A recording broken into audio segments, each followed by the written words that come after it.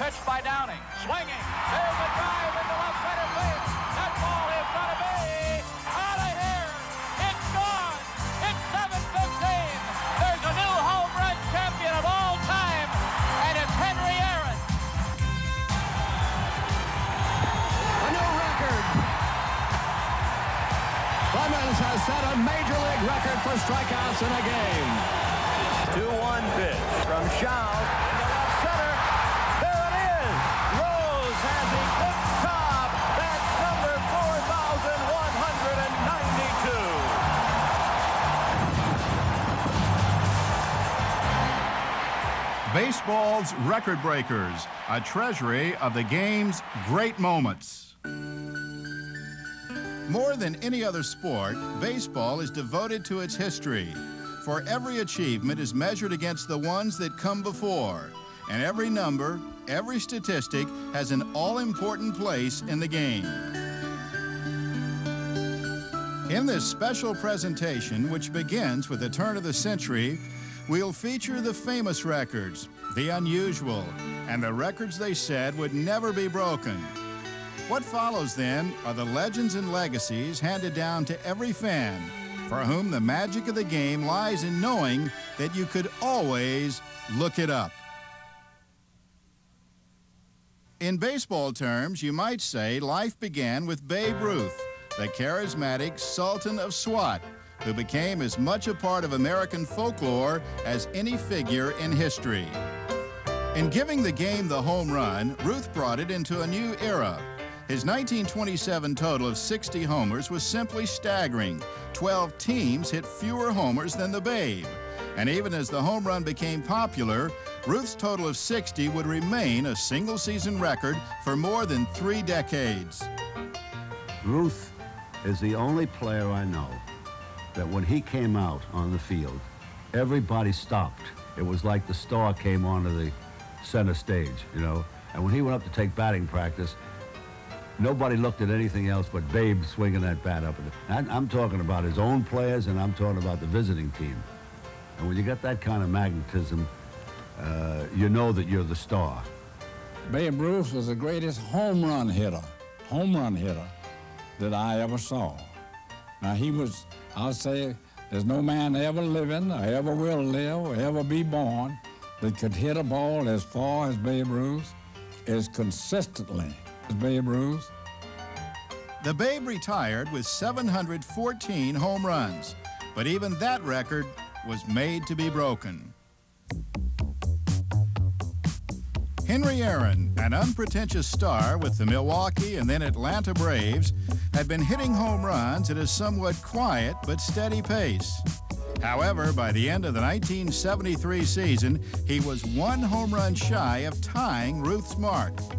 That season ended on a drawn breath for most everyone but Aaron. I never did give it any thought, really.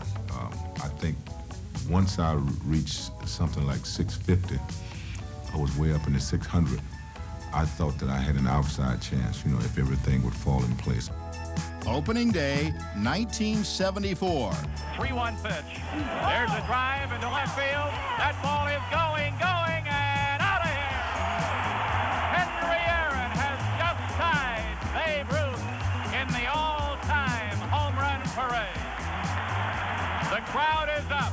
As you would expect, a standing ovation. His teammates are there to greet him. A 3-run blast by Henry Aaron has tied the great Babe Ruth.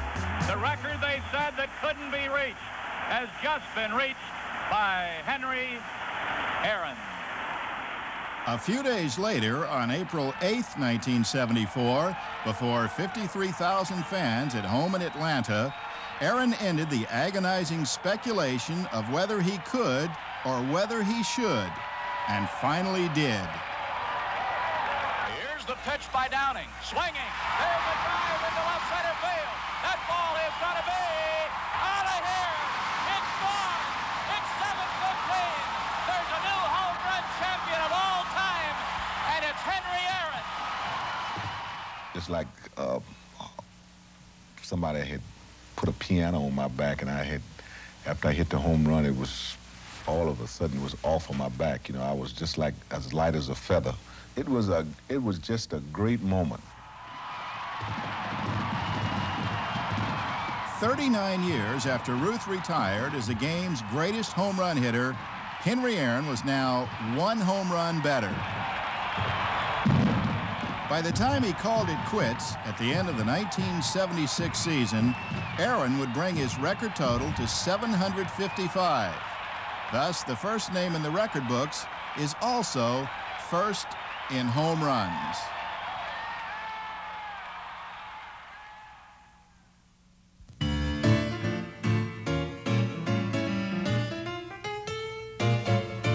Ironically, it was in the house that Ruth built that Babe Ruth's season home run record would fall.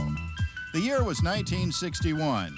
The hitter, Roger Maris, and the quandary for many Yankee fans whether a not-so-favorite Yankee should challenge the Babe's sacred record. But that wasn't all that made the pressure unbearable. I don't think it was so much the pressure of playing the game of baseball, but answering the questions of the press day after day, so many fellas, and every day your photographers. And after the ball game, it's the writers, and before the game, it's the writers. And it was just a real pleasure to get out there and play the game. Finally, October 1st, the last day of the season. And you got a handful of people sitting out in left field, but in right field, man, it is mobbed out there. And they're standing up. Here's the windup. Fastball hit deep to right. This could be it. Way back there. Holy cow, he wants to marry. And look at him fight for that ball out there. Holy cow, what a shot.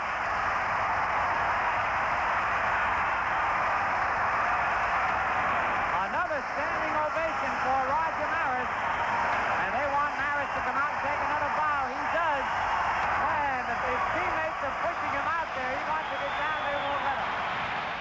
The record was safely in the hands of Roger Maris, and the historic home run ball was temporarily in the hands of Yankee fan Sal Durante, who remembered the event as if it were yesterday. I knew it was going over my head. I jumped on my seat right away. Jumped right up on the seat, reached as high as I can go, and right in. It was obvious that we had to get that baseball. It was obvious that we had to identify it, and you know, we were going to make something of this event. They wouldn't let me take the ball out of Yankee Stadium. Okay, and so I agreed to put my initials on the baseball, and that's the way I left it until I went to Sacramento to meet Roger. And we did a publicity stunt there. He was supposed to meet me in Sacramento and exchange the ball. The restaurant owner would give me the $5,000, I would give him the ball, and in turn he'd give Maris the ball as a gift. And I'm going to present this ball to you, Roger. I'm making you a gift of this ball for you to do with this as you see fit, for your own personal memoirs or to put in the Hall of Fame. Thank you very much, sir. It's a pleasure. A record season for Maris and a career record for Lou Gehrig. In his 17 seasons, Gehrig hit 23 grand slams, more than any other player in history. Gehrig also hit 4 consecutive homers in one game, a record he shares with only 2 others. Cleveland's Rocky Colavito, who accomplished the feat against Baltimore in 1959, and most recently, Mike Schmidt of the Phillies, who did it on April 17, 1976 in Wrigley Field. He cracked 4 consecutive homers against the Cubs.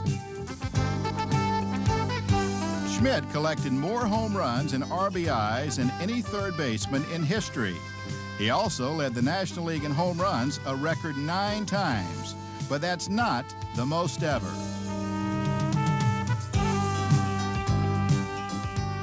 The Major League record belongs to none other than Babe Ruth. In fact, Ruth wore the home run crown more times than any other hitter, 12.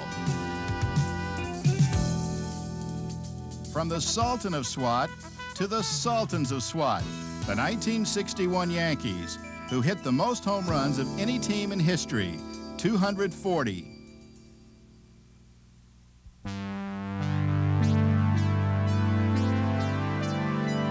Ty Cobb's approach to the game was simple. Get a hit, steal a couple of bases, and somehow score. But his extraordinary talents aside, Cobb was nobody's sweetheart. One sports writer of the day wrote that he was possessed by the Furies. Still, he left behind enough records to convince even his most severe critics that he belonged with the game's greatest players.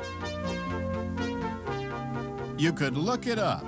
Cobb owns the highest lifetime batting average of all time, 367. He scored more runs than any player.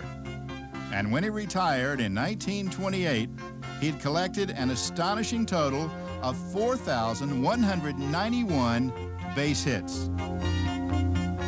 Half a century later, a gritty, hustling player named Pete Rose would challenge Cobb's hit record. In fact, Rose would pursue a lot of records. In 1978, he tied Wee Willie Keeler's 1897 National League mark by hitting safely in 44 consecutive games.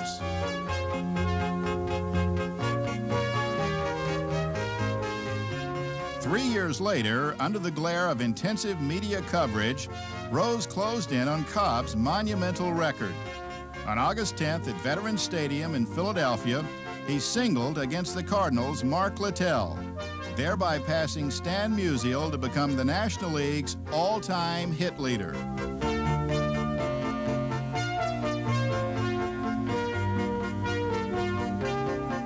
In 1985, back with the Reds, Rose took one last crack at Cobb.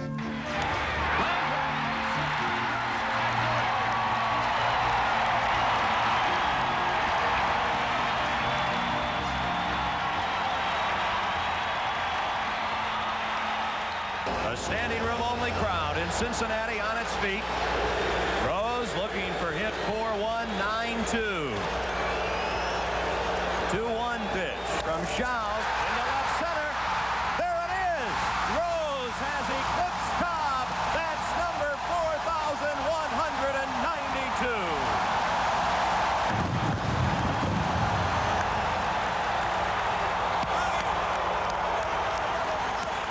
And so, the man who has played more games than any major leaguer and who owns more than a dozen records became the most prolific hitter in baseball history.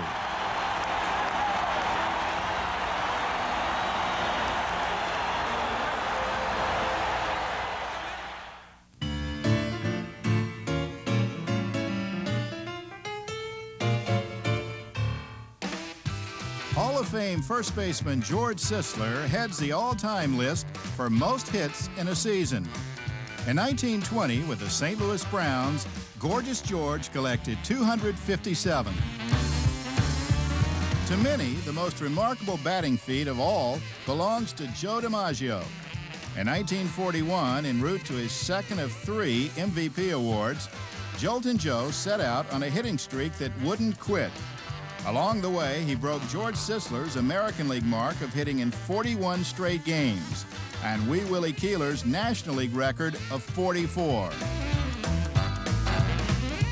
In every game from the middle of May to the middle of July, DiMaggio had at least one hit.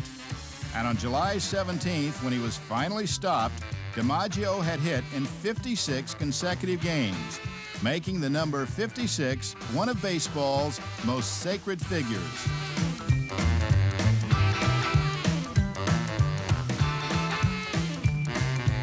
No streak is more famous or perhaps more astonishing, but on a more modest scale, Rennie Stennett of the Pirates entered the record books in 1975 in a game at Wrigley Field when he collected 4 singles, 2 doubles, and a triple.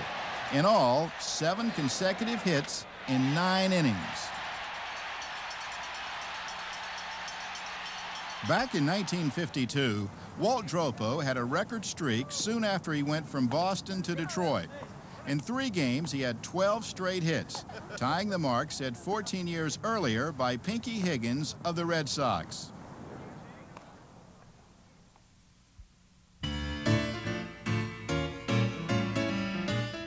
Rogers Hornsby, the Cardinals' hitting magician, bore the nickname Raja, and a picture-perfect swing that in 1924 produced a batting average of .424, still the highest single-season average of all time.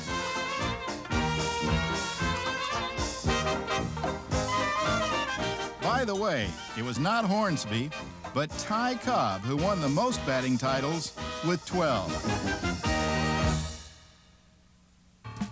Manny Mota, the Dominican star who spent most of his 20-year career with the Dodgers, had a knack for delivering in the pinch.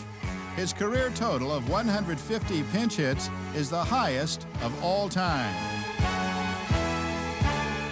In 1976, Jose Morales of the Expos set the all-time single-season record when he collected 25 pinch hits.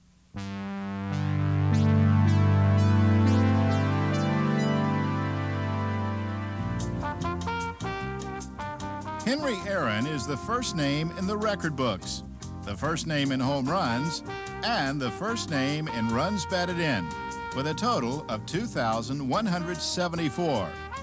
And did you also know that Aaron's hit total ranks third behind Rose and Cobb?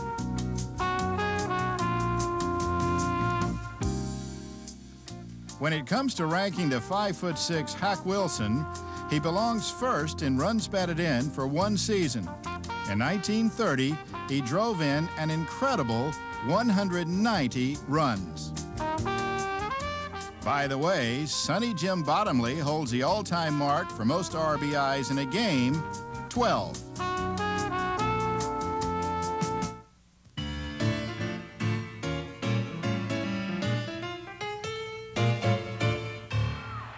Rogers Hornsby is one of only two players to win 2 Triple Crowns. The other is Ted Williams, the Red Sox batting genius, who is also the last player in history to hit over 400. In 1941, he hit .406.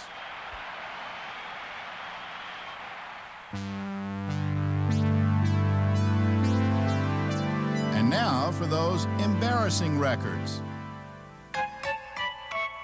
You might say when Reggie Jackson went down, he went down swinging. Although he hit more than 500 home runs, he also wound up with a record 2,597 strikeouts. Jim Rice of the Red Sox is also in the books with a feat he'd rather forget. In 1984, he grounded into 36 double plays, most for one season.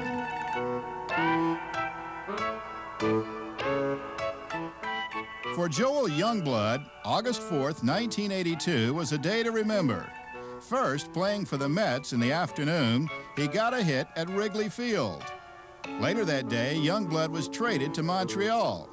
That night, as an Expo, he singled, making him the only player to get 2 hits the same day with 2 different teams in 2 cities.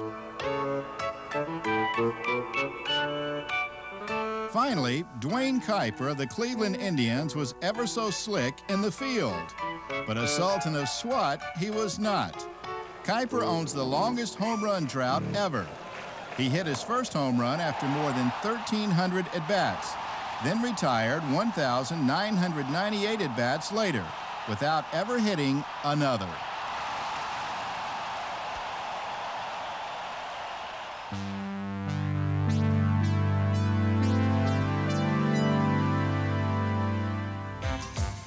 Denton True Young, more aptly known as Cy because of the cyclone-like devastation his pitches created, was the winningest hurler ever.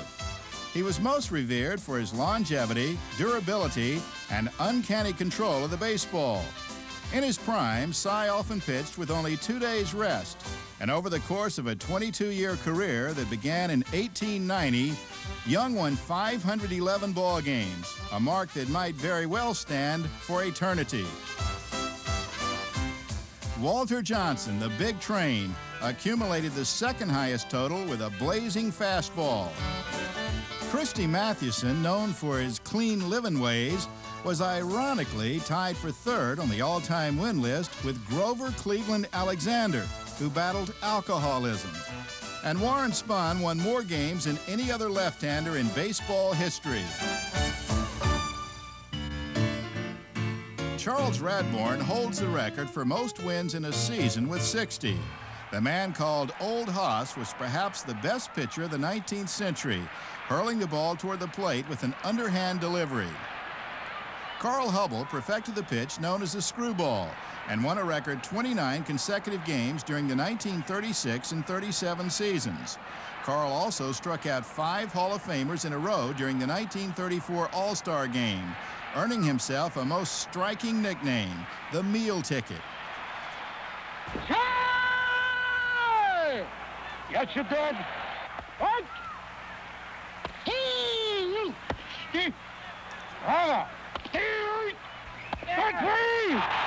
The game's greatest strikeout artist, Nolan Ryan. As a raw-boned fireballer from Texas, Nolan came to the majors in 1966 with the Mets at age 19, possessing a 97-mile-per-hour fastball that simply overpowered hitters. When he finally harnessed the pitch as a member of the Angels, he began a string of 3 consecutive seasons with more than 300 strikeouts.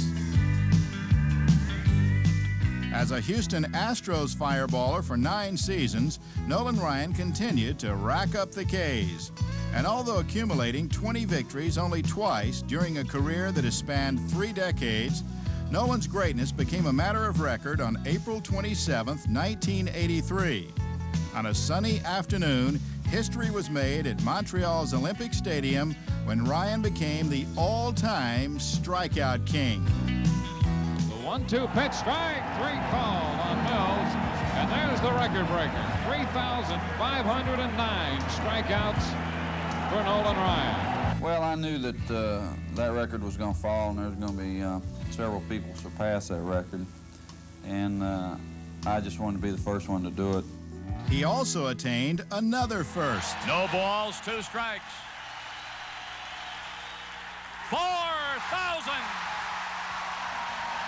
What a night for Nolan Ryan. What a night for the Astros.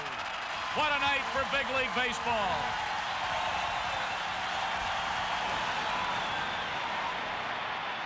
Another strong-arm Texan, Roger Clemens of the Boston Red Sox, attained a prolific strikeout milestone of his own in 1986 when he struck out an incredible 20 batters in 1 game, a cluster of Ks against Seattle that amounted to a record breaker.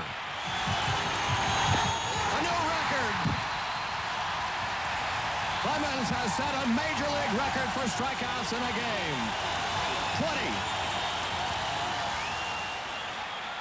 In 1970, Tom Seaver of the New York Mets set the record for consecutive strikeouts in a game. Tom Terrific struck out 10 batters in a row, including the last batter in the 6th, 3 in the 7th, 3 in the 8th, and 3 straight in the 9th. The lowest career ERA of all time belonged to Ed Walsh, who couldn't afford to allow many runs while pitching for the 1906 White Sox, a club called the Hitless Wonders. Ed's favorite pitch, the spitball. In a more recent era, Bob Gibson of the St. Louis Cardinals captured the lowest single-season ERA in history. The peak of my career was in 1968 when I had that, I won 22 ball games then, and my unrun average was like 112. What I wanted to do was be a winning pitcher and pitch as best I could and as long as I could, and I accomplished that. Gibson also attained an amazing 13 shutouts in 1968, but the all-time career shutout record belongs to the big train, Walter Johnson, who through the years of 1907 to 1927 pitched a total of 110. While playing for poor Washington Senator clubs, he proved to be a one-man gang, once hurling a record 55 2/3 consecutive scoreless innings. But it was a Dodger pitcher who rewrote the major league mark. Orel Hershiser faced Montreal batter Dave Martinez on August 30th, 1988, and allowed an RBI single that scored Tim Raines. It was the last run Orel allowed in more than a month. Hershiser hurled 4 scoreless innings against the Expos and went on to allow no runs for the month of September. He struck out 38 batters and threw 5 successive shutouts in pursuit of Don Drysdale's record. But Orel also encountered some tight jams. Hit high and deep to left field. Gibson going back on the warning track. He had just enough room. Gant flirting with a grand slam, and Hershiser has done it again. And the streak continued. Once I got into the 5th or 6th inning in San Diego, the momentum and the atmosphere and the enthusiasm of the crowd really started to build. It came to the point like there was a no-hitter being pitched, and nobody wanted to leave their seat to go get a hot dog or something to drink. And so I just wanted to get to that point in the game. I thought that would be really exciting. Then the 10th inning. Unbelievable to go extra innings and give him a chance. The 1-2 pitch. Fly ball to Ryan on a semi-check swing. Gonzalez, the record. Orel Hershiser, 59 consecutive innings, scoreless. The all-time record. A record breaker that smashed a mark many thought would never be broken. Another pitching feat that involved many zeros on the scoreboard, the no-hit accomplishments of Nolan Ryan, who had 4 no-hitters under his belt until the 9th inning of a game against the Los Angeles Dodgers in 1981. It was then he faced the unprecedented achievement of a 5th no-hit game. 2 balls and no strikes to Baker, and a ground ball to third. He has got it, Art. How? He got it! Nolan Ryan! No-hitter number 5. Ryan had been tied with the great Sandy Koufax with 4 no-hitters apiece, but this record breaker lifted Ryan on a pedestal by himself. 9 years later, at the Oakland Coliseum, the Ryan legend grew even more. At the age of 43 and pitching better than ever, Ryan threw another no-hitter. Fly ball, right field. Rivasier in foul territory. Number 6 for Nolan Ryan. The Express has done it once again.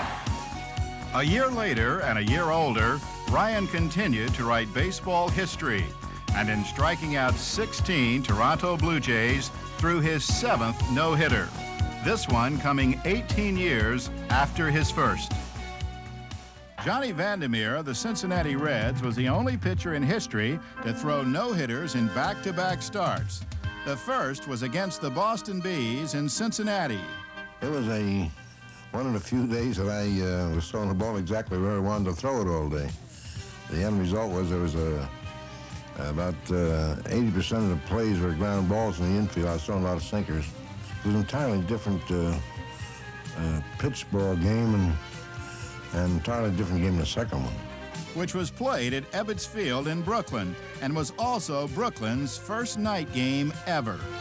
The first ball game I had good control, as I said, and I didn't have my real good fastball.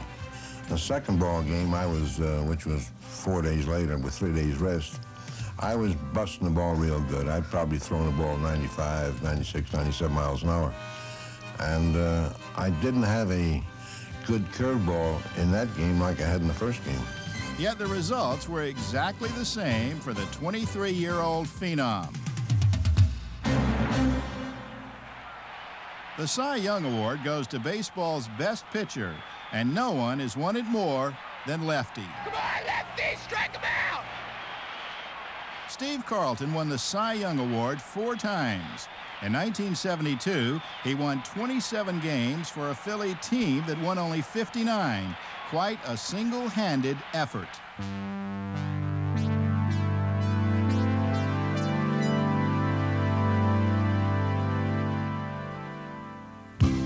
Hoyt Wilhelm pitched in 1,018 games as a reliever throughout a career that spanned 21 years with 9 different teams.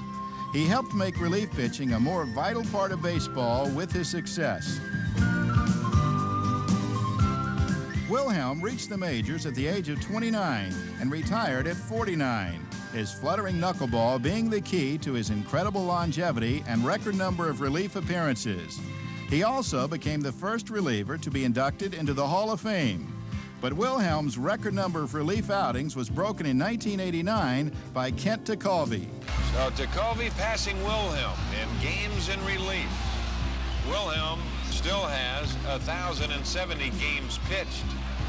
Tekulve 51 behind in that department. Here's the next pitch, a ground ball to the right side. Benzinger drops it, picks it up, gives it to Tekulve in time. In 1990, White Sox reliever Bobby Thigpen shattered the single-season save mark, the record breaker coming against George Brett and the Kansas City Royals. This could be Fletcher. Ozzie! Yes! Bobby Thigpen has just broken baseball's all-time save record with 47. Thigpen blew past his own mark and finished his record-setting season with 57 saves. Raleigh Fingers saved more contests than any other reliever. Over the course of a 17-year career, he saved 341 games. With the handlebar mustache as his trademark, Fingers became the first American League reliever to win the MVP award as a member of the Brewers in 1981. The best one-loss record for a reliever is 18-1. There's probably 6 or 7 games I could have lost where I went in and we had a 1 or 2 run lead and the other team would tie it up or go ahead and run. And we'd come back in the 9th inning and win it. A little luck and a superb knuckleball brought Hoyt Wilhelm enduring success. Pitching until he was 49, he won a record 124 games in relief. Pitching greats occasionally hold dubious records, such as Cy Young, who won more games than any other pitcher, but also fell to defeat a record 313 times. Nolan Ryan struck out more batters than anyone, but also walked more and threw more wild pitches than anyone else in history. Robin Roberts was an all-time Philadelphia Philly pitching great with 234 wins, but he also surrendered an astonishing 505 home runs. Walter Johnson held many great marks, but the big train also caused some pain. He hit a record 206 batters. It was often said that not even Phil Niekro knew where his knuckler was going after he released it, and the record books collaborate. Knucksy holds the National League mark for wild pitches with 200. Now let's turn to the base stealer, just as baseball did in the second half of the century. One of the more famous trendsetters was Lou Brock. In 1966, he began a stretch in which he led the National League in steals 8 times in 9 years. None of those years ever stealing fewer than 50 bases. I had the reputation of stealing the base. The pitcher has pride out there saying, you're not going to do it easy against me. And so he began to throw over there. Whether I want to run or not, he create and build that urge to run because he's asking you to a duel.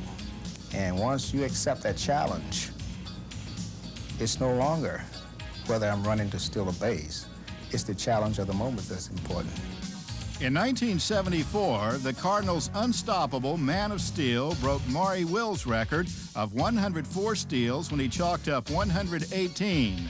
Down went the single-season record, and 3 years later, down went Ty Cobb's all-time record. He's going. The pitch is high. The throw is safe. He stole it. The throw got by the shortstop, and Brock has done it. The shortstop couldn't handle the bad throw, and this is it, folks. Brock has now stolen 893. Before he retired in 1979, Brock would bring his record total to 938. But the year he retired was also the year Rickey Henderson stepped into Oakland's lineup. American League fans hadn't seen anything quite like Henderson's speed in years. In his sophomore season, he became the first player in the league and third player ever to steal 100 bases. He did it again in 1982, but this time Henderson didn't stop until he reached Brock's record, a feat he accomplished in Milwaukee's County Stadium on August 27th.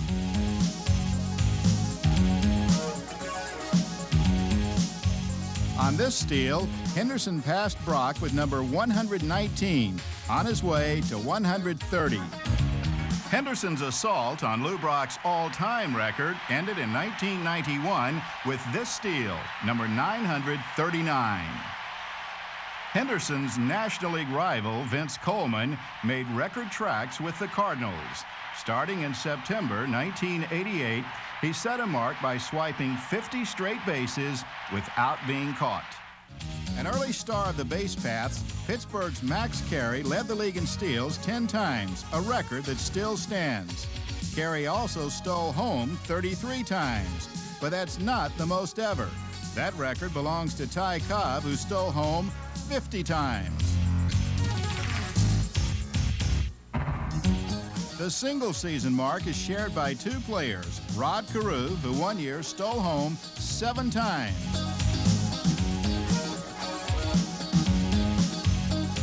And Pistol Pete Reeser, the Brooklyn Dodger, who they said could outrun anything on 2 feet.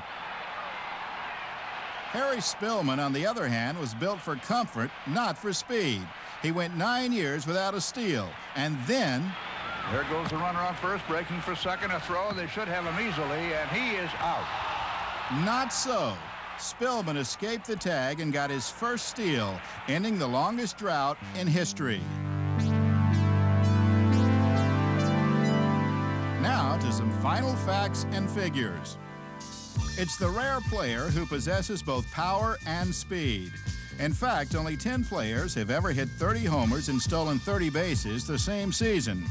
Jose Canseco, the star outfielder of the Oakland A's, may have known little of such facts. But in 1988, he knew better than anyone about becoming the first 40-40 player. Basically, I thought if I just stay consistent, use my ability, and didn't go into any slumps, that I can make the 40-40 club. What I didn't realize is that there are no members in the 40-40 club, so I sort of just laughed at that. Having reached the home run plateau, Canseco needed one more steal for an even 40-40. Stand by. Which pitch is he going to run on? He's leaning a little bit right now. He's running. There's the throw. Number 40. Jose Canseco, the first man ever in big league history. He's getting a standing ovation from his teammates on the top of the dugout steps. All around this ballpark. They're standing. Now he's going to get it. He stole it. It's his. He's got it. That's great. Frank Chance and his 1906 Chicago Cubs won a record 116 games and were immortalized by their infield of Tinker to Evers to Chance. The brand new 1962 Mets didn't have much power, speed, or pitching, and Casey Stingle's lovable losers ended up with a record of 40 wins and 120 losses. No major league team before or since has been quite so hapless.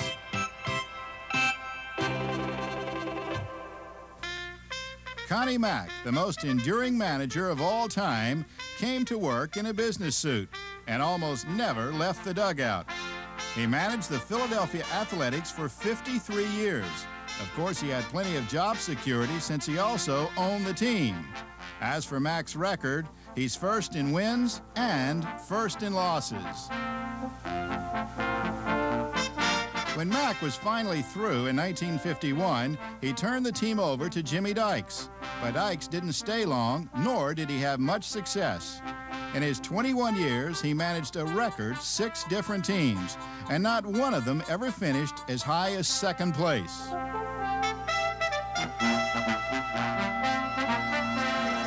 Dykes' managerial travels are equaled only by Dick Williams, the tough-talking, tough-minded skipper who fared remarkably well even if he did keep packing.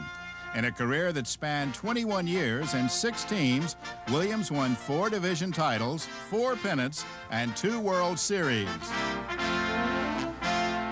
He was 60 years old when he managed his last team, more than twice the age of shortstop Lou Boudreau when he turned player-manager of the Indians.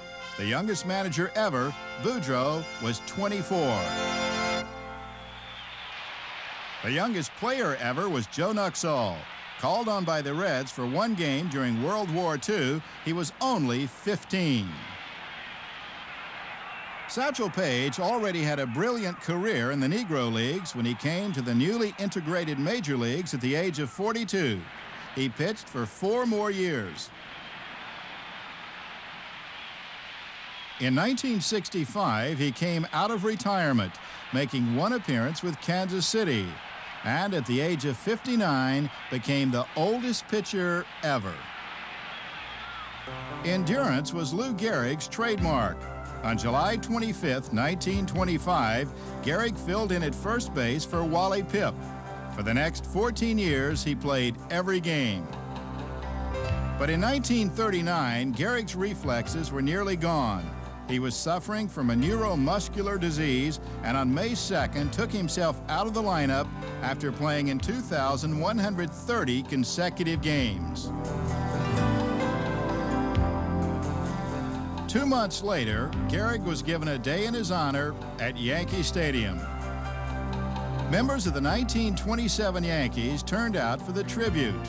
And on that July 4th, the Yankees' Iron Horse said his famous goodbye to a packed house of more than 61,000.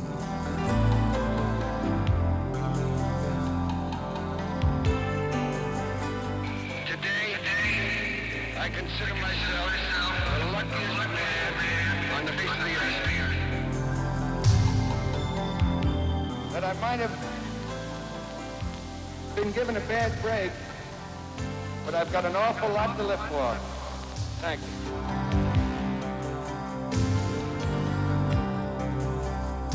Two years later, at the age of 38, Lou Gehrig was dead.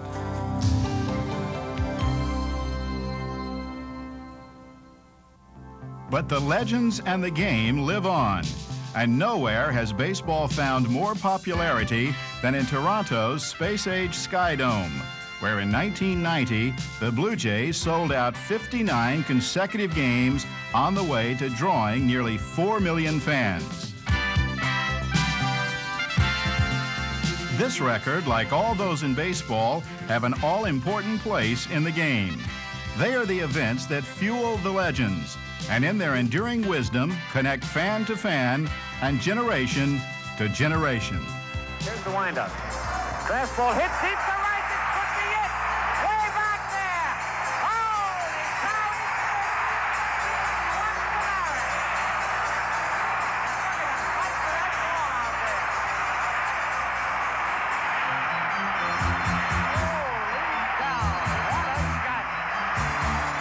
Here's the pitch by Downing. Swinging. There's a drive into left center field.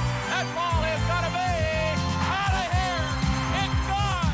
It's 7:15. There's a new home run champion of all time, and it's Henry Aaron.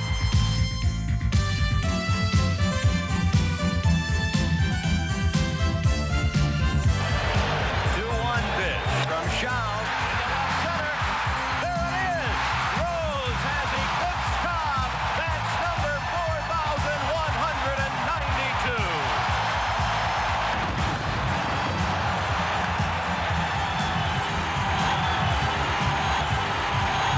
A new record. Clemens has set a major league record for strikeouts in a game. 20.